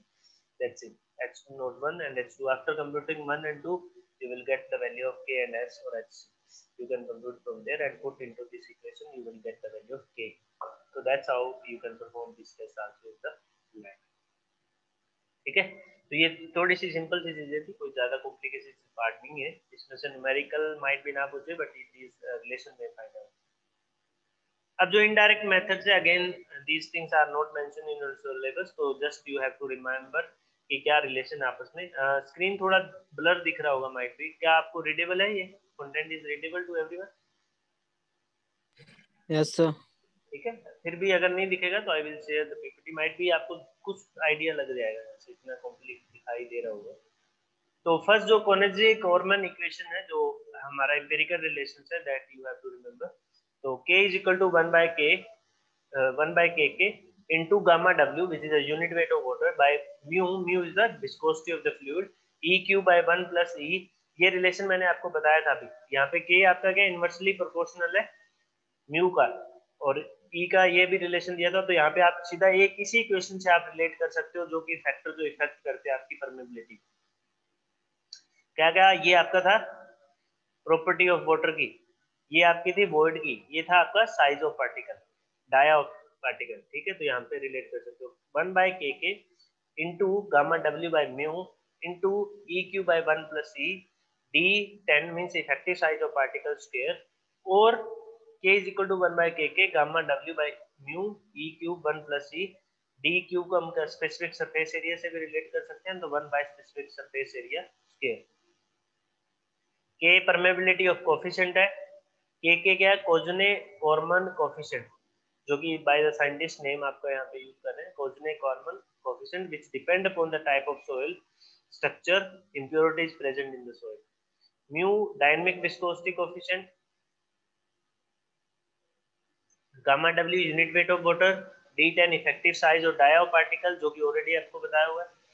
SS is the specific surface area. E void ratio. Specific surface area क्या होता है स्फेयर का, अभी हमने फाइंड किया था, दैट इज सरफेस एरिया पर unit volume. Surface area is 4 pi r square divide by 4 by 3 pi r cube. वहां से अगर आप निकालोगे 3 by r, 3 by r is nothing but 6 by d for the spherical particle और of same size. If all the particles are not the same size, not spherical, then if particles pass from a sieve of size A and are retained on size B, उस case के अंदर specific surface area अगर sphere size नहीं है सारे, in that case specific surface area can be calculated as 6 by under the root A to B. ठीक है, तो ये रिलेशन आपने थोड़ा सा रिमेम्बर रखना है. क्वेश्चन 2 नंबर में पूछा जा सकता है. To find out coefficient of permeability by using Kožne-Kvorman equation, and you have to keep this relation in your mind and value will be given in your question. Obviously void ratio आपको निकालना होगा या नहीं निकालना होगा, तो volume of words दिया होगा या वॉल्यूम ऑफ सॉलिड दिया होगा, तो by that relation you will find mu की वैल्यू गिवन होगी. Kožne-Kvorman की इक्वेशन का ये कोएफिशिएंट भी गिवन होगा, तो directly you can put into the relation and gate the value of k. ठीक है, तो ये था एक फर्स्ट रिलेशन जो हमने थोड़ा. Then Allen-Hazen equation. Allen-Hazen equation is basically K is equal to CD. CD is the effective size, means D10 the power square centimeter per second. K आपका सेंटीमीटर पर सेकंड है, D आपका centimetre में. C is the constant which is of order of 100. सीधा value आपने 100 लेना और इसके साइड से मल्टीप्लाई करनी है, आपकी परमेबिलिटी निकल जाएगी Allen-Hazen की इक्वेशन के साथ. तरजागी equation K is equal to 200 E square into D power 10 square. ये वैसे तो दिखाई दे रहा होगा, माइंड में नहीं दिख रहा है, तो you can note it down. 200 into E power square into 10 D10 square, मतलब इफेक्टिव साइज पार्टिकल का square. E is the word ratio. The Allen-Hazen equation and Tarjagi's are more elastic for the coarse grained soil. बड़े size particle के लिए ये ज्यादा realistic है compare to the final particles. तो ये दो और तीसरा साइंटिस्ट रहा था. Then Lorentz equation, log 10 K SS means specific surface area square is equal to A plus D into N. N is the eta basically. K is the coefficient of permeability. SS is the specific surface area. N is the porosity और eta is porosity. A और B constants हैं, दो की given उनकी value approximately is equal to A is 1.3, B is 5.1. By putting their values into the equation, you will get the value of K here. Okay, by solving this. Consolidation equation. This method is more suitable for very fine grained soil. अब consolidation की बात आएगी तो क्या course grade के लिए apply कर दोगे ये? नहीं सर, नहीं करेंगे, because consolidation is primarily happen in fine soil. That's why it is not applicable for course grade. तो क्योंकि कंसोलिडेशन कोर्स ग्रेड और या जो सोइल में होता ही नहीं है, या बड़ा कम होता है, नेग्लिजिबल होता है, जो होता है इंस्टेंटली चेंज आ जाता है. इस वजह से consolidation is not taken place in the coarse grain soil. इसीलिए consolidation is more suitable for fine grain soil. तो K is less than -7 centimeter per second. किसके लिए हुआ, कहने का मतलब है फाइन सॉइल, कौन सी फाइन सॉइल, ना सिल्ट के लिए भी नहीं है, ये आपकी ओनली क्ले के लिए एप्लीकेबल होगा, के की वैल्यू किससे कम होनी चाहिए, 10⁻⁻7 सेंटीमीटर स्क्वायर। और मैंने सबसे पहले स्लाइड में दिखाया क्या था आपको, ये वैल्यू दिखाई, ये जिसकी वैल्यू पोरोसिटी की वैल्यू -10⁻⁻7 से कम होगी तो वो पोरोसिटी किसके लिए होगी, क्ले के लिए होगी, तो हमारी क्ले के लिए ही एलिजिबल होगा कंसोलिडेशन का।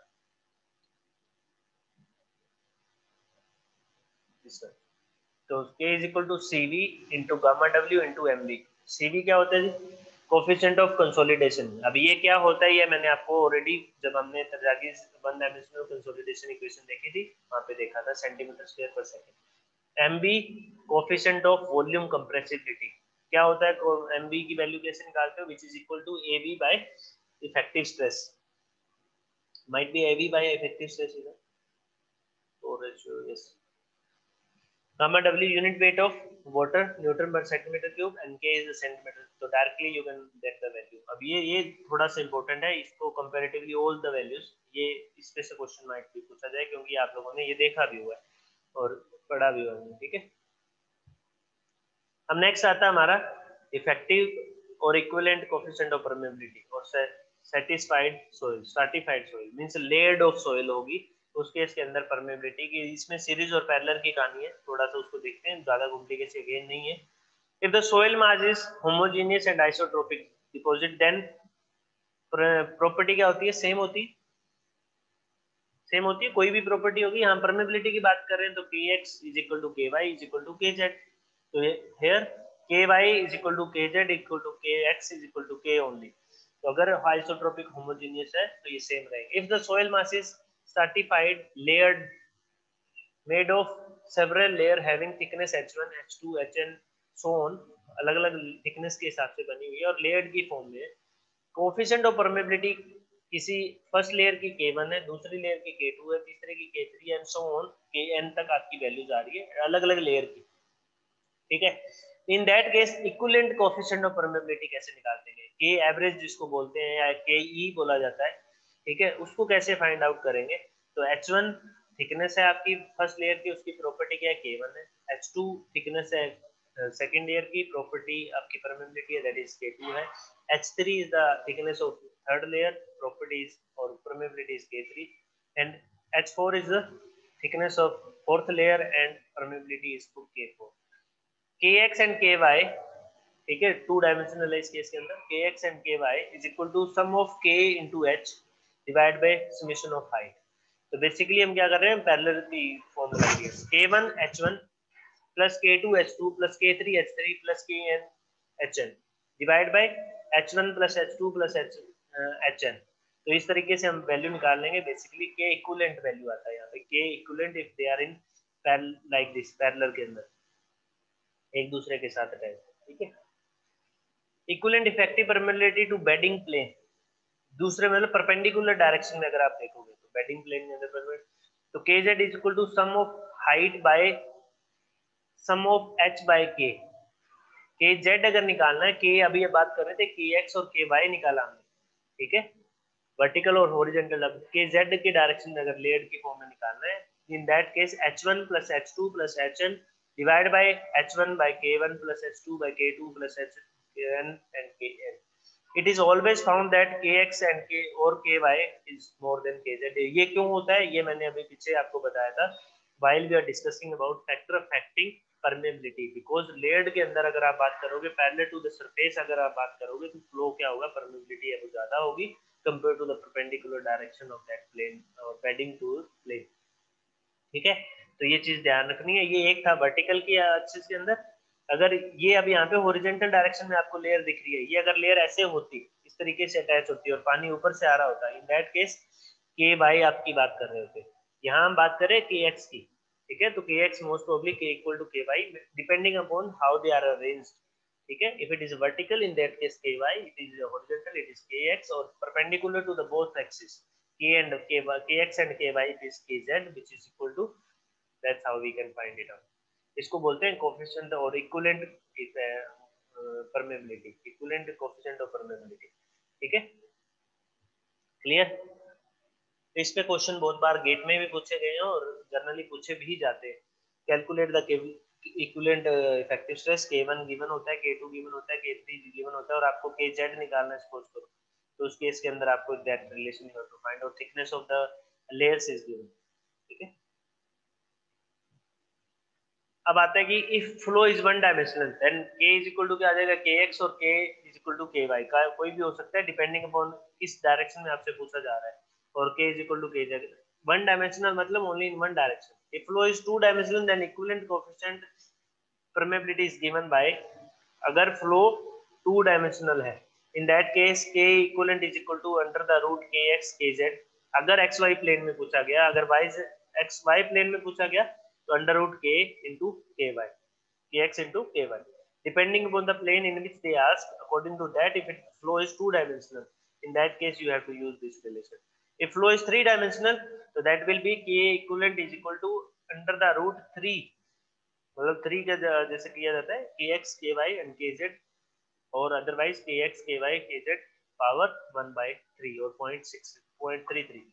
तो दैट्स हाउ यू कैन, ये ध्यान रखना है, अगर वन डायमेंशनल है इन दैट केस तो last relation you have to use, और thickness is given. If it is not given Kx और Kz डायरेक्टली गिवन, और that let us know कि two dimensional flow is there, in calculate the equivalent coefficient, in that case direct relation you can find it out, place the values, you will get that। ठीक है, तो ये छोटी सी चीजें थोड़ा थोड़ा ध्यान रखिएगा, तो ज्यादा कॉम्प्लिकेशन इसमें नहीं है। ठीक है, अब आते हैं सीपेज फोर्सेस के ऊपर। What do mean by seepage force? Seepage force is basically जो प्रेशर हमारा वाटर लगाता है जब पानी पास करता है वॉइड के स्पेस के बीच में से उस वॉइड के ऊपर, उसको बोला जाता है seepage force.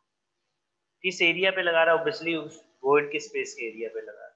The seepage force are sometime converted into force by multiplied by them total cross section area of the soil space, जो डायरेक्ट हम निकाल रहे हैं, अदरवाइज ये नहीं होगा, अदरवाइज ये that should be the area of voids only।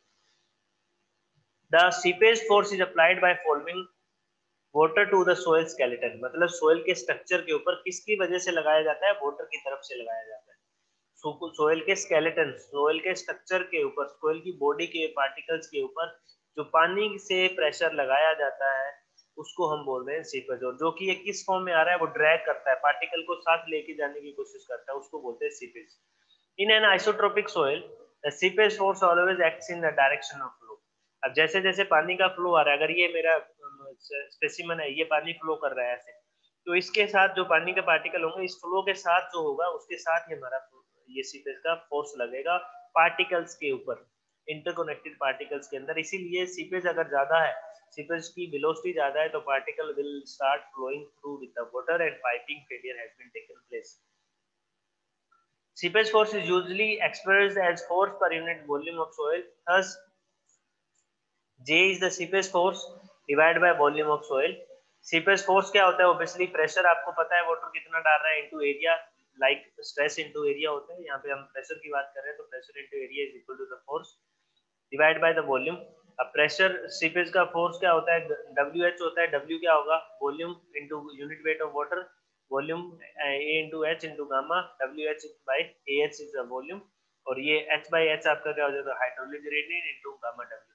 तो ये रिलेशन थोड़ा सा ध्यान रखिएगा, ये अदरवाइज यहाँ से आपको निकाल के सकते हो। तो ये थोड़ा सा सीपेज फ्लो का बस एक टर्म्स लिखी हुई थी आपके सिलेबस में, डिफाइन सीपेज फोर्सेस क्या होता है, I just explain it in detailing. Irrigation 2 में आप piping failure is very important in case of seepage failure. अगर कुछ वीडियो भी आप देख सकते हो इससे रिलेटेड, आपको थोड़ा सा और बेटर आइडिया होगा। बेसिकली होता क्या है, जो पाइपिंग फेलियर जो मैं पहले बता रहा था। हाँ जी ताई बोल। सर ये आई कैसे, तो एच बाई एल होता है ना सर, वैसे आई तो डिफरेंस ऑफ हेड ही होगा ना, तो यहाँ पे एच है, दैट इज अ लेंथ। नहीं सर, वो तो जो आई होता एक्चुअली है वो ना, कह रहा हूँ ना, I is basically head loss divide by the length. अब लेंथ यहाँ पे एल नहीं दिया हुआ, तो ये A into H basically area तो क्या होगा, क्रॉस सेक्शन है, बी इंटू एच होगा ना, तो H is the length here. But sir ये कैंसिल नहीं होगा ऊपर के साथ, जो ऊपर वाले टर्म्स है, ऊपर वाला H into gamma W is your W, volume into आपका यूनिट वेट क्या होता है प्रेशर का। अगर फ्लूइड मैकेनिक्स में आपने हॉरिजॉन्टल प्रेशर की बात की होगी, तो which is equal to P is equal to W H होता है। वो तो ठीक है सर, बट तो डब्ल्यू की वैल्यू क्या होती है? W is nothing but area and volume into unit weight of water. Weight is equal to क्या हो जाएगा, unit weight, weight by volume, weight by volume is nothing but weight into volume. तो W क्या हो जाएगा यहाँ पे, unit weight is multiply by the A into H is, okay okay sir, ये टोटल W निकाल रहे हैं, टोटल W बाय वॉल्यूम। ठीक है सर। तो प्रेशर जो वाटर का डाल रहा है divide by that into height, तो ये आपका W आ रहा है, H gamma W, A is the capital W into H divide by AH। तो जो W बाय AH आपके पास आके निकल आएगी तो हाइड्रोलिक रेट निकल जाएगी, ठीक है। अदरवाइज नहीं होगा, let me know, I will tell you. Okay. Next आता है आपका क्विक सेंड कंडीशन। अब ये क्या होती है क्विक सेंड कंडीशन, इसके बाद में I think this is the last slide. Quick send condition is a very important one. Basically ये यहाँ आप अगर देखोगे तो सैंडी सोइल के केस के अंदर बात करेंगे, जैसा कि नाम से ही पता है क्विक सेंड कंडीशन होता है। इसमें बेसिकली आपके नाम दिए गए हैं, प्रॉब्लम इज दैट जो टॉपिक आपके मेंशन है उसके लिए पीछे देखना पड़ता है, slide some terms has been seen so you able to see this, otherwise ये डायरेक्टली वहाँ पे मेंशन सिलेबस में ये अपने आप में एक कंप्लीट टर्म नहीं बन पाती है। That's why I just try कि इसको थोड़ा सा आइडिया आपको हो, कम से कम वहाँ पे एक वर्ड लिखा हुआ है उससे नहीं पता लगेगा कुछ, तो उसके लिए अगर अदरवाइज इसको डिटेलिंग में जाना है तो that will take one lecture at least.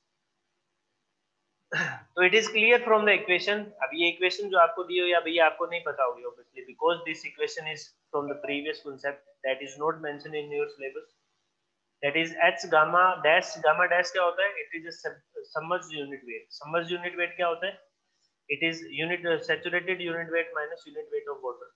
ये आप लोगों को मैंने बताया हुआ है, सबमर्ज्ड यूनिट वेट के बारे में पढ़ा था। यस सर पढ़ा था। Submerged unit weight is nothing but saturated unit weight minus unit weight of water, water. ठीक है, gamma SAT minus gamma water. अब वहां से ये गामा H निकल, गामा डैश निकल जाता है। It is clear from the equation, from this equation, by increasing the total head difference, जैसे जैसे हेड डिफरेंस बढ़ता चला जाएगा, it is possible to reach a condition when the effective stress in the soil become equal to 0।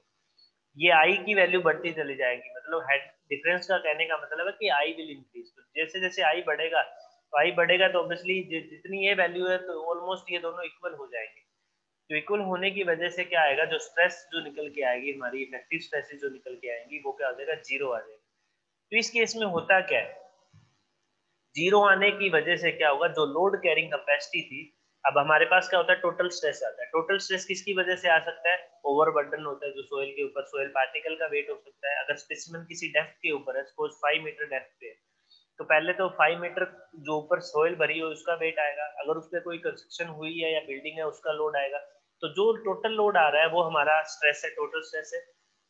अब वो total stress है, उसमें से हम पोर वाटर प्रेशर, जो टोटल स्ट्रेस है वो लोड कौन कैरी करेगा, दो चीजें कैरी करेंगे, वो हमने कंसोलिडेशन में पढ़ा था। कौन कौन कैरी करेगा, आइदर वाटर करेगा और आपका सोइल के सॉलिड्स कैरी करेंगे। वाटर कब तक करेगा, कंसोलिडेशन का जो हमारा expulsion of water takes place, initially जितना जो लोड आएगा, स्ट्रेस आएगा, वो किसने कैरी करना है, वो सारा का सारा पोर वाटर ने करना है। तो हमारा इफेक्टिव स्ट्रेस कब कितना निकल के आता है, उस केस में 0 निकल के आता है, क्योंकि सारा का सारा जो स्ट्रेस था, जो टोटल स्ट्रेस आ रहा था, जो कि ऊपर के स्ट्रक्चर की वजह से आ रहा था सोइल के स्पेसिमेन के ऊपर, तो वो सारा आपने पोर प्रेशर ने कैरी कर लिया। पोर प्रेशर हमारा इफेक्टिव स्ट्रेस क्या होता है, टोटल स्ट्रेस माइनस पोर वाटर प्रेशर। अब सारा का सारा स्ट्रेस पोर वाटर प्रेशर ने ले लिया तो इफेक्टिव स्ट्रेस क्या आ जाएगी, 0 आ जाएगी। जैसे जैसे वो टाइम निकलता गया आपका क्या होगा, water will start expelling out from the soil medium. अब पानी निकलना स्टार्ट होगा तो कुछ जो लोड है वो आपका सॉलिड्स ने लेना स्टार्ट कर देना है, कुछ लोड आपका अभी भी वाटर ले रहा है, तो उस टाइम के अंदर effective stress comes out to be some values. तो जो ऊपर और नीचे की जो ड्रेनेज पॉइंट्स थे, मैंने आपको बताया था ड्रेनेज पॉइंट थे, वहां पे क्या होता है, molecules of water will get out, और हमारी जो कर्व बन के आती है एक तरीके से सी की शेप में आ रही थी, कि ऊपर और बॉटम पे इफेक्टिव जो हमारा पोर वाटर प्रेशर था वो कितना हो रहा था, 0 हो रहा था, और हमारी जो स्ट्रेसेस थी वो किसने कैरी कर ली थी, टॉप और बॉटम पे हमारे सॉलिड्स ने कैरी कर ली। तो इसी तरीके से कंटिन्यूसली जैसे जैसे चलते चले जाते हैं, अल्टीमेटली पोर वाटर प्रेशर सारा का सारा बाहर आ जाता है, तो हमारा जो स्ट्रेस था, total stress become equal to effective stress होगी। तो इस केस के अंदर क्या होता है, जैसे जैसे ये टर्म इक्वल आ जाती है तो इफेक्टिव स्ट्रेस हमारी 0 हो जाती है।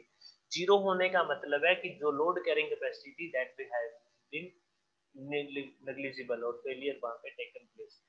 The condition occurs when hydraulic gradient, इसको बोलते हैं आई, और ICR basically critical hydraulic gradient. ये टर्म आपके सिलेबस में लिखी हुई है कि आईसीआर क्या होता है, हाइड्रोलिक क्रिटिकल हाइड्रोलिक ग्रेडियंट। अब इसका मीनिंग, वो इसका रिलेशन भी मैंने यहाँ पे लिखा हुआ, ये आपको मैंने पहले भी एक बार क्लास में बताया था। Called the critical hydraulic gradient when upward flow takes place at the critical hydraulic gradient, a soil such as small losses all its shearing strength। क्या होता है, जैसे जैसे हाइड्रोलिक ग्रेडियंट बढ़ेगा तो जो shearing strength है, इफेक्टिव स्ट्रेंथ है, वो इफेक्टिव स्ट्रेस है वो रिड्यूस होगी, तो capacity to carry the load has been reduced and it can not support any load. जो शेयरिंग कैपेसिटी है वो कम हो जाएगी, लोड कैरिंग कैपेसिटी कम हो जाएगी, तो वो आगे कोई लोड कैरी नहीं कर पाएगी। The soil is said to have become quick or alive or boiling will occur। मतलब कभी कभी आपने राजस्थान में जनरली देखा होगा, या आपने सैंड जो सी के पास देखा होगा, कभी कभी क्या होता है, सोइल बॉईल करने लग जाती है, उबलने लग जाती है। दैट पॉपुलर, उस चीज को हम क्या बोलते हैं, phenomena is called quick sand phenomena. और इसमें हमें हाइड्रोलिक ग्रेडियंट की वैल्यू को देखना पड़ता है, which is equal to G-1/1 plus E। ये टर्म मैंने ऑलरेडी आपको might be while we are performing some numerical or somewhere I use this। ठीक है, तो ये थोड़ा सा इसके बारे में थोड़ा ध्यान रखिएगा। बाकी डिटेलिंग मैंने बता दी भी क्या क्या होने वाला है, क्या किस वजह से होता है। हाइड्रोलिक ग्रेडियंट में क्या होता है, when upward flow takes place, ऊपर की तरफ पानी बढ़ना स्टार्ट होगा, ठीक है, पोर वाटर प्रेशर बढ़ना स्टार्ट होगा, in that case critical hydraulic soils will reach a such a small losses in all its shearing strength। जितनी shearing strength की वजह से आपका लोड कैरी कर रहा है, जो ऊपर का स्ट्रेस आ रहा है, जो टोटल स्ट्रेस आ रहा है, जो स्ट्रक्चर का स्ट्रेस आ रहा है, वो किसने कैरी करना था, जो लोड ने कैरी करना था। इफेक्टिव स्ट्रेस जो आ रही थी वो सोइल ने कैरी करनी थी, सैंड ने कैरी करनी थी। Due to the upward flow takes place, जो shear strength थी वो रिड्यूस होगी, लोड कैरिंग कैपेसिटी रिड्यूस हो जाती है, सोइल हैज बिकम क्विक और अलाइव, और जिसको बोलते हैं बॉइलिंग होना स्टार्ट आ जाता है, उबलना स्टार्ट हो जाता है। दैट पॉपुलर नेम उसको हम बोलते हैं क्विक सैंड फेनोमेना, और phenomena is called quick sand. और critical hydraulic gradient is calculated as given the relation G-1/1 plus E। तो वर्ड रेशियो का यहाँ पे again very very important fundamental. ठीक है, तो ये था बिट अबाउट परमेबिलिटी। और आपके एग्जाम आई थिंक कल से स्टार्ट है, डेट शीट आप लोगों को मिल चुकी है। अभी तो वैसे कोई इशू नहीं है, क्योंकि घर पे बैठे हैं ना, तो मोस्ट ऑफ दी इशू तो सॉइल को अकेले कर देना चाहिए था, वो हाइड्रोलॉजी के लगती है, आप सिंगल। एक्चुअली मैंने वो इसलिए कर दिया क्योंकि जो लास्ट जो मंडे को एग्जाम हो रहा है संडे आ जाता है, तो अगर सिंगल करेंगे तो थोड़ा सा नहीं तो कर दूंगा उसमें, अभी कोई इशू नहीं है, we can change it now if you want. नहीं सर ठीक है ठीक है ठीक है सर। ठीक है सर। सैटरडे संडे वैसे तो अभी घर पे सबसे एक देना है, बार तो पूछ लो सर, बस कोई इशू नहीं ये है मेरा अभी। सजेशन था, आप सबको पूछ लो, मुझसे कोई इश्यू नहीं। हाँ ठीक है, फिर क्या दिक्कत है, करिए आराम से करिए, अच्छे से दीजिए थोड़ा सा, ठीक है, अगर नहीं सर, ट्राई कीजिए मैनेज कर लेंगे। हाँ ट्राई कीजिए, ट्राई टू सोल्व देम, अपने आप से सेल्फ सोल्व करने की कोशिश करना, उससे ही फायदा होना है अल्टीमेटली। नकल तो ऑब्वियसली मारोगे, मुझे भी पता है, ये सबको ही पता है, डेफिनेटली ये तो है। ठीक है, बट फिर भी अपने आप को थोड़ा सा मतलब कहते हैं ना